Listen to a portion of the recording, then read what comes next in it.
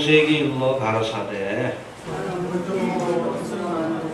그 받침도 노수로 만들어 씻게 하되 그것을 회막과 단 사이에 두고 그 속에 물을 담으라. 아론과 그 아들들이 그 두멍에서 수족을 씻되 그들이 회막에 들어갈 때 물로 씻어 죽기를 면할 것이요 단에 가까이 가서 그 직분을 행하여 화제를 여호와 앞에 삼을 때에도 그를 할지니라. 함께 운동합니다. 이와 같이 그들이 그 수족을 씻어 죽기를 면할지니 이는 그와 그 자손이 대대로 영원히 지킬 그들이니라. 아멘. 네. 오늘은 성막 기구 가운데 두 번째 우리 물두멍에 대해서 살펴봅니다. 이 물두멍은 번제단하고 회막 사이에 있는 성전 기구예요. 여기 보면 보이시죠?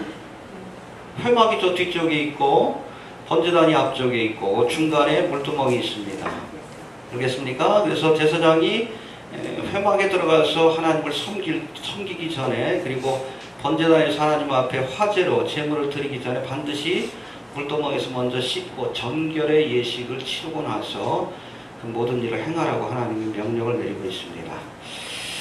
예, 희생의 제사가 드려지는 이 번제단이 십자가를 통해 주시는 구속의 은혜를 상징한다면 이 물두멍은 성화, 성도들이 예수를 믿고 나서 거룩해지는 과정, 성화의 과정을 우리에게 설명해 주고 있어요. 여러분, 이 구속의 사건은 단회적인 경험이지만, 그렇죠? 우리가 예수 믿고 구원받고 중생, 거듭나는 것은 단회적인 사건입니다. 그러나 성화는 이 땅에서 살아가는 성도들이 끊임없이 우리가 이뤄가야 할 신앙적 과제라는 것을 기억할 수 있게 되길 바랍니다. 그래서 구원을 사건으로 이해하면 안 돼요. 사건이요. 과정으로 이해해야 합니다. 우리 조직신앙에서도 구원을 과정으로 설명합니다. 그래서 예수를 믿을 때 우리가 하나님의 자녀로 거듭나게 돼요. 거듭나게 돼요. 그걸 뭐라고 합니까? 중생. 거듭난다는 뜻이에요. 알겠습니까? 의롭다고 얻는다. 뭐 중생과 칭의가 같은 의미요. 법적인 의미에서 따져보면 거룩함을 입는다. 칭의. 그리고 우리가 하나님의 자녀로 거듭난다는 그런 개념에서 사건적인 의미에서 살펴볼 때는 그것을 중생이라고 얘기를 합니다. 그리고 중생으로 끝나는 게 아니에요. 이제 거듭난 하나님의 자녀가 되었으니까 날마다 하나님의 말씀과 진리를 쫓아 순종하며 우리가 거룩해지기 위해서 애써야 합니다. 이걸 성화라고 얘기를 해요. 내가 거룩하니? 거룩해져야지. 우리 그리스도인의 삶의 목표는 거룩이에요. 구원을 이루어가는 과정입니다. 거룩해지는 과정이에요. 그리스도의 온전한 분량에 이르기까지 우리가 온전하고 거룩한 하나님의 사람으로 변화될 때까지 날마다 거룩한 삶을 살기 위해 애써야 합니다. 이 sanctification, 성화라고 얘기를 하는 거예요. 이렇게 하나님의 진리를 따라 거룩하게 살아가는 성도들이 이제 마지막 날에 영광스러운 부활의 몸을 얻고 휴거의 사건에 참여하게 됩니다. 이걸 뭐라고 합니까? glorification, 영화라고 하는 거예요. 그래서 구원의 단계, 크게 세부적으로 나누기도 하지만 크게 보면 해봅시다. 중생, 성화, 영화. 알겠습니까? 중생, regeneration. 거듭나야 하는 거예요. 하나님의 자녀로 거듭났습니까? 네. 그렇다면 이제는 sanctification, 거룩해지기 위해서 애써야 하는 거예요. 비록 온전히 이루지 못한다 할지라도 우리가 날마다 세상의 욕심과 죄와 정욕을 십자가에 못 박고 거룩한 삶을 살기 위해서 애써야 합니다. 이것이 바로 구원받은 자의 징표예요. 이런 징표가 나타나지 않는다면 혹시 내가 구원받았다고 착각하고 있는 것은 아닌지 스스로를 돌아봐야 해요. 이해가 됩니까? 정말 하나님의 자녀로 거듭난 하나님의 백성들은 거룩을 지향합니다. 거룩해지길 원해요. 하나님을 닮기 원합니다. 그렇지가 않다면 내가 혹시 구원받은 것으로 착각하고 있는 것은 아닌지 스스로를 돌아봐야 돼. 이렇게 이 땅의 삶 속에서 하나님의 진리와 말씀을 따라 거룩해지려고 애쓰는 성도들, 그런 성도들이 마지막 때에 glorification, 구원의 최종적인 단계, 아니면 구원의 실체인 부활의 사건, 휴거의 사건에 참여할 수 있다는 것을 기억하시길 바랍니다. 알겠습니까? 예. 우리가 구원이라고 하지만은 요한복음에서는 구원을 eternal life, 영생이라고 표현해요. 본래 인간은 하나님이 지으셨을 때에 죽지 않고 영원토록 살도록 지음을 받았어요. 알겠습니까? 근데 뭐로 인해서 죽음이 왔어? 죄로 인해서. 이 죄 문제를 해결하지 않으면 구원받을 수가 없어요. 영생을 얻을 수가 없는 겁니다. 그래서 이 죄 문제를 해결하기 위해서 예수님께서 2000년 전에 이 땅에 오셔서 십자가에서 대속의 사역을 완성하셨습니다. 할렐루야. 이 예수를 믿을 때에 누구든지 죄사함을 받고 하나님의 자녀가 되는 권세를 얻게 됩니다. 할렐루야. 우리가 구원을 받게 된다는 거예요. 그러나 우리가 지금 받은 이 구원은 구원에 대한 약속이에요. 약속어음을 받은 겁니다. 그러면 구원의 실체가 언제 주어지는가? 언제 우리가 영원히 죽지 않는 몸으로 거듭나게 되는가? 바로 휴거의 사건 때 부활의 영광에 참여하게 되는 그 순간 구원이 완성이 되는 겁니다. 그때까지 우리가 긴장을 놓지 맙시다. 알겠습니까? 아무튼 이 번제단은 우리가 중생의 은혜를 경험하는 것입니다. 여기서 예수님을 만나야 돼. 십자가에 달린 제단불에 달린 그 예수님, 나를 위해서 피 흘려 죽으신 예수 그리스도를 만날 수 있어야 합니다. 그럴 때 우리가 하나님의 자녀로 거듭나는 중생하게 되는 은혜를 경험하게 되는 거예요. 그리고 이렇게 하나님의 자녀로 거듭난 자에게 하나님이 요구하시는 것이 바로 거룩한 삶이에요. 내가 거룩하니? 너희도 거룩하다. 자식이 부모 닮아야지. 이거 됩니까? 응? 목이 오서 그런지 말이 그냥 혼나. 아무튼 우리가 자녀된 자이면 부모를 닮아야 돼요. 거룩한 속성, 구원의 과정은 잃어버린 하나님의 속성, 하나님의 형상, 거룩한 형상을 회복하는 과정이라고 보시면 됩니다. 이해가 됩니까? 네. 해봅시다. 내가 거룩하니 너희도 거룩하라. 이 물두멍이라는 것이 바로 우리가 거룩한 삶을 유지하는 데 필요한 도구라는 것을 우리가 기억할 필요가 있습니다. 예수님께서는 이미 목욕한 자들은 발밖에 씻을 필요가 없다라고 말씀합니다. 할렐루야. 봅시다. 목욕한 자들은 발밖에 씻을 필요가 없다. 그렇죠? 6월절 만찬에서 예수님께서 수건으로 허리를 동이시고 제자들의 발을 씻기려고 하니까 베드로가 민망했던지 내 발은 씻길 수 없습니다. 예수님 뭐라고 해요? 씻겨주지 않으면 너는 나와 상관없다. 베드로가 뭐라고 합니까? 발만 씻기지 말고 아예 그냥 온몸을 다 씻겨달라고. 그러니까 예수님께서 뭐라고 합니까? 이미 목욕한 사람은 발밖에 씻을 필요가 없다. 이미 목욕한 사람, 번제단을 통해서 구속의 은혜를 경험한 사람들은 이거 뭐 반복할 필요가 없어요. 그러나 날마다의 삶 속에서 더러워진 손과 발을 씻어야 합니다. 알겠습니까? 여하튼 세상에 살다가 더러워진 손과 발을 수시로 닦아줘야 하는데 이때 사용했던 도구가 바로 물두멍입니다. 이제는 이 물두멍에 대해서 우리가 좀 더 자세히 한번 살펴봅니다. 우리 19절부터 21절까지 다시 한번 봅시다.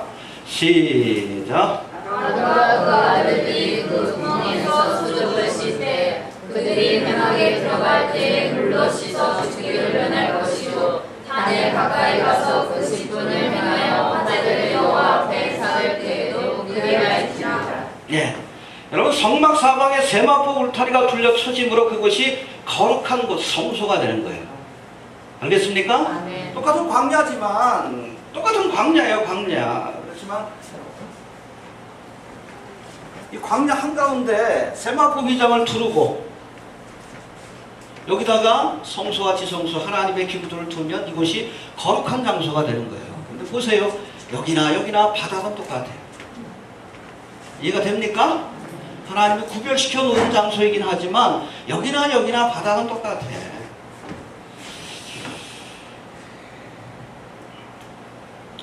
성막 사방에 세마포 울타리가 둘러쳐 있긴 하지만 성막 바닥은 흙바닥 그대로예요. 다를 게 없습니다. 밖이나 아니나 다를 바가 없어요. 제사장들이 그곳에서 일하다 보면 자신들도 모르는 사이에 흙먼지가 묻게 돼 있다는 겁니다. 알겠습니까? 네. 바로 이때 묻은 흙먼지를 씻으라고 물두멍을 갖다 놓으신 거예요. 여러분, 우리가 구속받은 하나님의 백성들이 되었지만 우리가 세상에서 발을 딛고 사는 동안에는 우리들도 알지 못하는 사이에 세속의 죄와 먼지가 묻을 수밖에 없는 거예요. 이해가 됩니까? 우리 예수 믿고 그냥 그 순간 하나님의 나라에 들어간다면 모를까. 이 땅에서 발을 딛고 사는 동안은 우리가 원튼 원치 않든 의식하든 의식하지 않든 손과 발에 먼지와 세속의 때가 묻을 수밖에 없는 거예요. 그럴 때는 어떻게 해야 합니까? 바로 물두멍에 가서 부지런히 손과 발을 닦아서 스스로를 정결케 해야 한다는 거예요. 이해가 됩니까? 뭐 구원파에서 뭐 예수 믿으면 그 다음에 회개할 필요가 없다. 말도 안 되는 얘기예요. 손과 발을 닦아야 합니다. 수시로 회개해야 돼. 이해가 되십니까?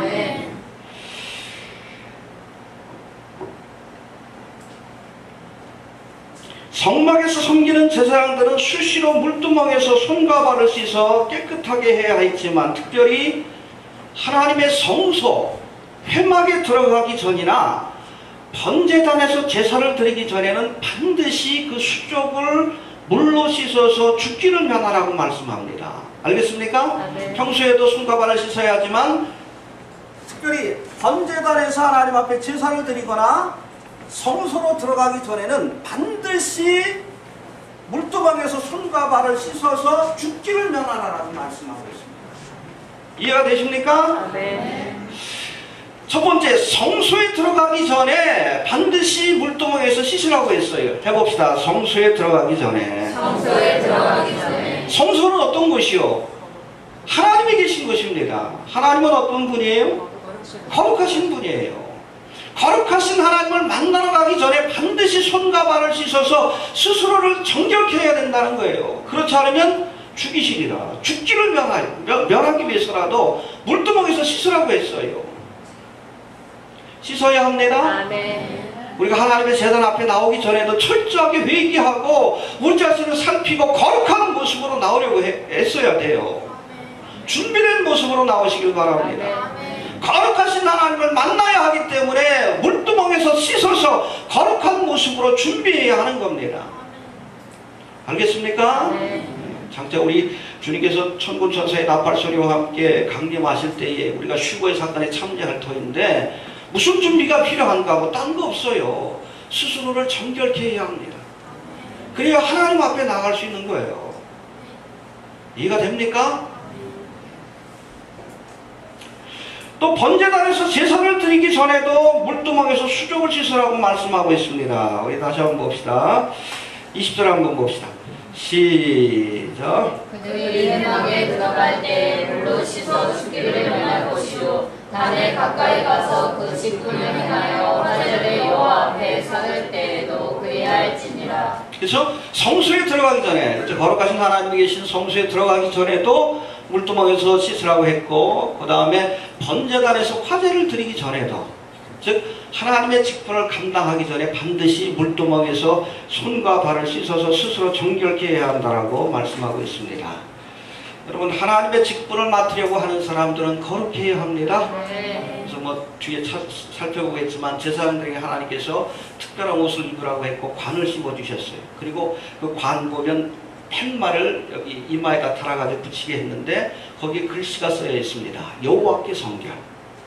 거룩해야 하는 거예요. 성도들 모두가 거룩해야 되지만 특별히 하나님의 직분을 맡은 자들은 거룩해야 합니다. 여러분, 성경에서 제시하시는 일꾼의 자격은 능력이 아니에요. 거룩입니다. 능력은 하나님이 주셔요. 알겠습니까? 모세가 감당할 능력이 안 된다 그러니까 하나님이 뭘 주셨어? 능력이 지팡이를 던져주셨죠. 말 못한다 그러니까 아론까지 붙여주셨어요. 필요한 능력은 하나님이 주십니다. 우리가 예비해야 될 것은 하나님 앞에 거룩한 그릇을 예비하는 것이 우리가 해야 할 일이에요. 거룩해야 쓰임받을 수 있습니다. 여러분, 디모데후서 2장에 보니까 큰 집에는 금과 은의 그릇이 있을 뿐 아니요 나무와 질그릇도 있어 귀 쓰는 것도 있고 천이 쓰는 것도 있나니 주인이 무슨 그릇을 써요? 깨끗한 그릇. 뭐 질그릇, 나무 그릇만 쓰임받는 게 아니에요. 금그릇, 은그릇도 깨끗하면 쓰십니다. 반대로 아무리 귀한 그릇이라 할지라도 깨끗지 않으면 쓰시지 않는다는 거예요.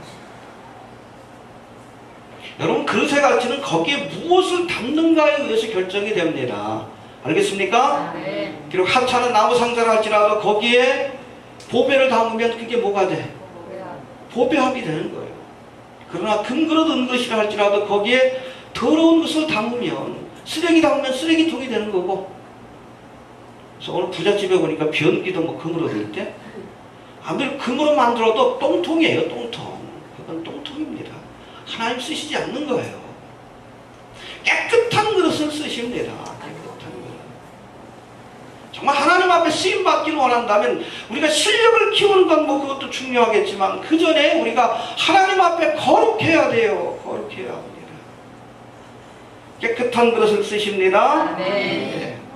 직분을 맡은 제사장들이 수시로 물두멍에 가서 수족을 씻으라 하신 이유도 바로 여기 있습니다. 깨끗해야 쓰실 수 있기 때문에 그래요. 거룩해야 합니다. 하나님의 일꾼들이 온갖 세상의 욕심과 죄악으로 더럽혀져 가지고 모르겠어요.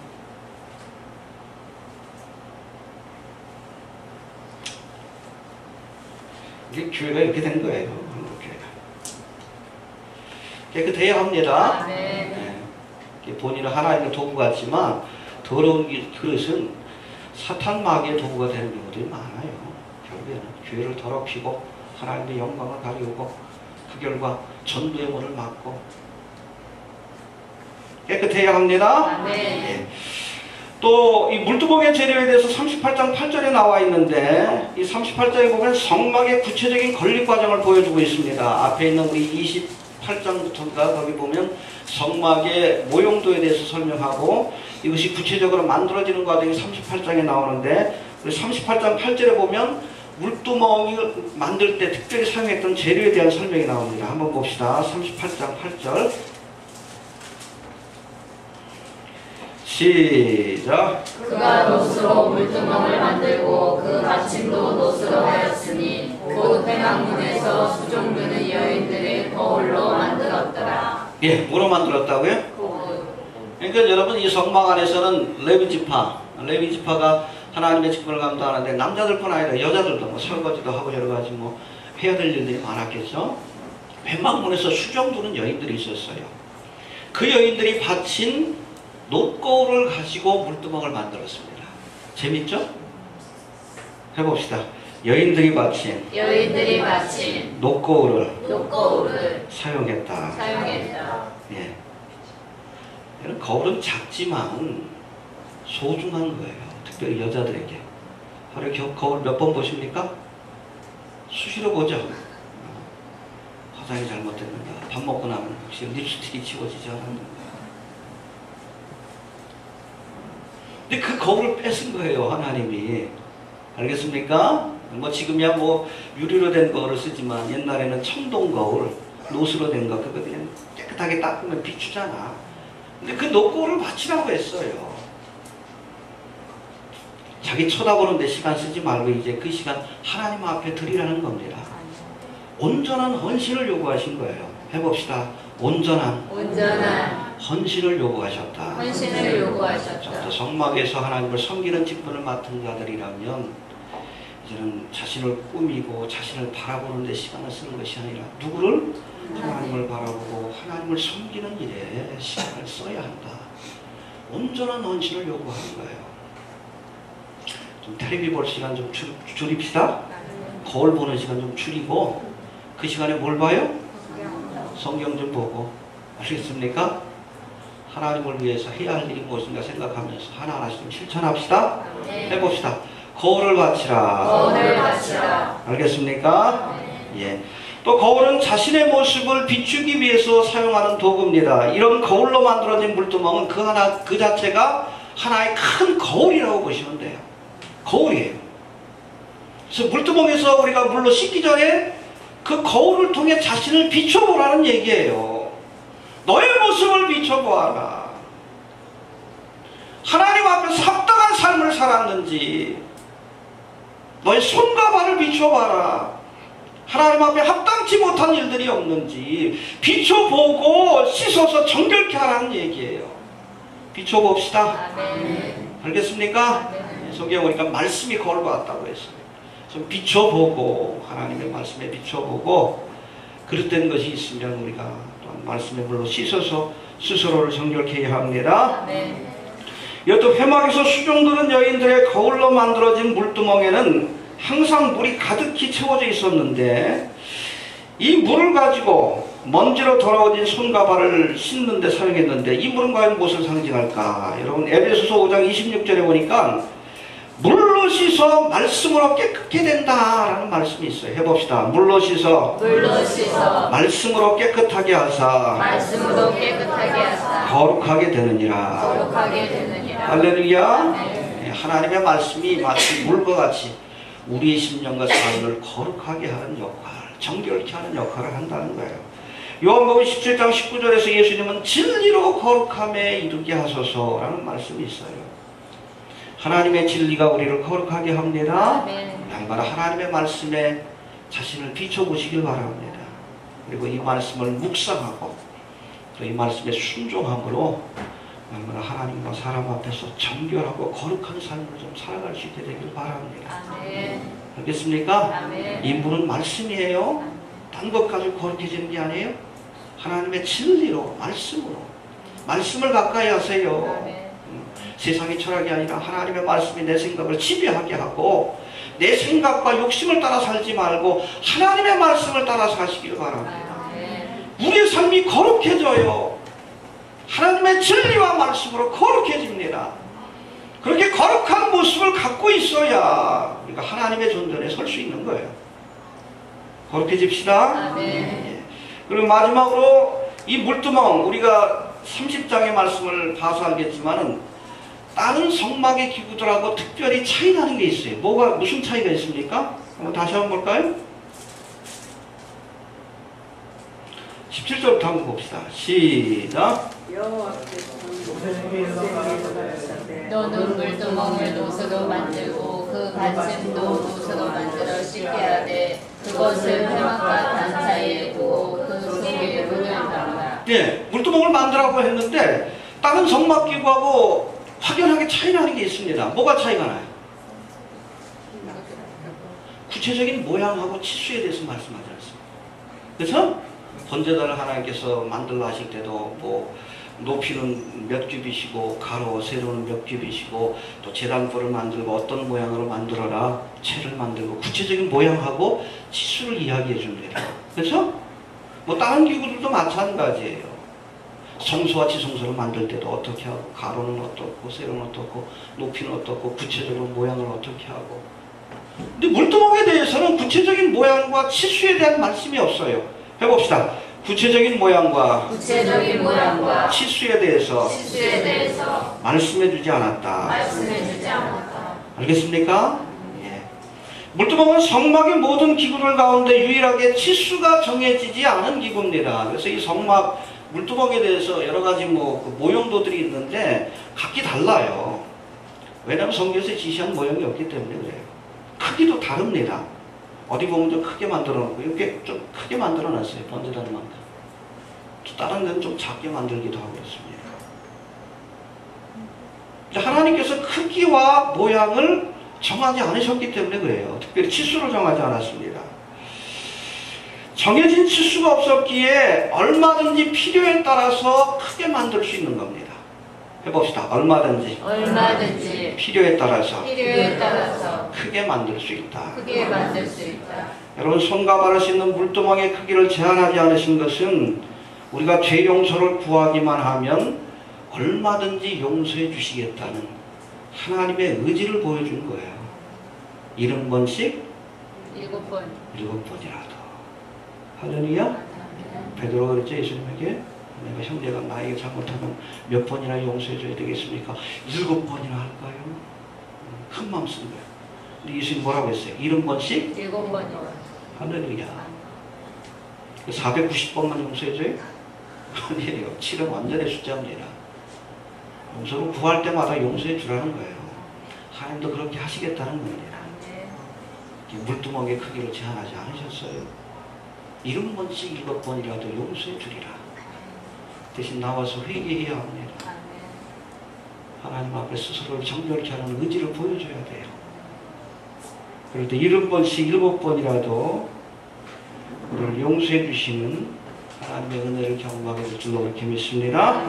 오라 우리가 서로 변론하자. 너희 죄가 추운 같을지라도 눈과 같이 이어질 것이고 지렁같이 굵을지라도 달같이 되리라. 할렐루야.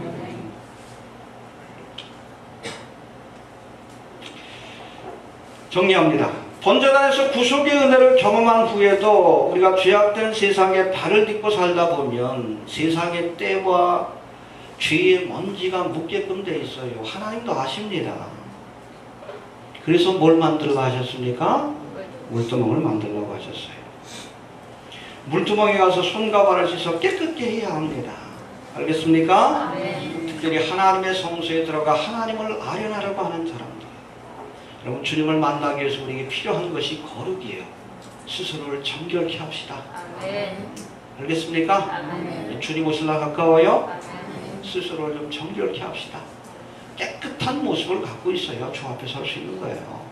제가 뭐 좋아하는 단어는 아닙니다. 인터넷 보면 신부단장 그러는데 신부단장은 뭐 얼굴에다 화장하고 그게 아니에요.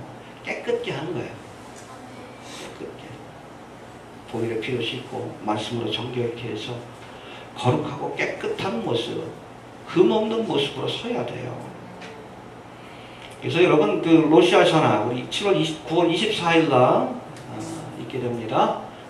금음인데 이 로시아 산에는 하나님 그 나팔, 하나님의 나팔이라고 하는 나팔을 100번을 불게 되는데 마지막 나팔이 바로 테키하가돌이라고 해서 하나님의 나팔 마지막 나팔로 이렇게 불려집니다. 근데 앞에 99번의 나팔이 부는 것은 뭐 딴 거 아니에요. 준비하라고. 왕이 오신다. 스스로 성결케 하라. 준비하라고 99발의 나팔을 부는 겁니다. 뭐 짧은 기간이지. 그 짧은 기간이라도 물두멍에서 스스로를 성결케 할 수 있는 시간을 주시는 거예요. 그래야 거룩한 모습을 가져야 우리가 주님 앞에 거룩하신 하나님 앞에 나아갈 수 있기 때문이에요. 스스로 성결케 합시다. 거울에 자신의 모습을 비춰보는 것처럼 물두멍 앞에서 우리의 심령을 비춰보아 그릇된 것이 있다면 말씀에 물로 씻어 진리로 거룩하게 우리 자신 하나님 앞에 드려야 합니다. 물두멍에 치수를 제한하지 않으시면 70번씩 7번이라도 용서해 주겠다는 하나님의 의지를 표명하신 겁니다. 할렐루야. 나오십시오. 알겠습니까? 사람들에게 용서받지 못하는 죄를 알지라도 하나님은 용서해 주십니다. 없던 것처럼 해주시겠다고 약속하십니다. 이렇게 깨끗하게 준비된 자만이 바로 우리가 성소와 지성소로 들어가 하나님의 놀라운 은총과 주님의 임재를 경험하게 될 줄로 그렇게 믿습니다. 내가 거룩하니 너희도 거룩하다. 할렐루야. 우리에게 주신 마지막 과제는 거룩입니다. 스스로를 지켜 성결케 하는 자만이 하나님 앞에 설 수 있다는 것을 꼭 기억할 수 있게 되기를 바랍니다. 주신 말씀 붙들고 다 같이 한번 동성으로 기도합니다.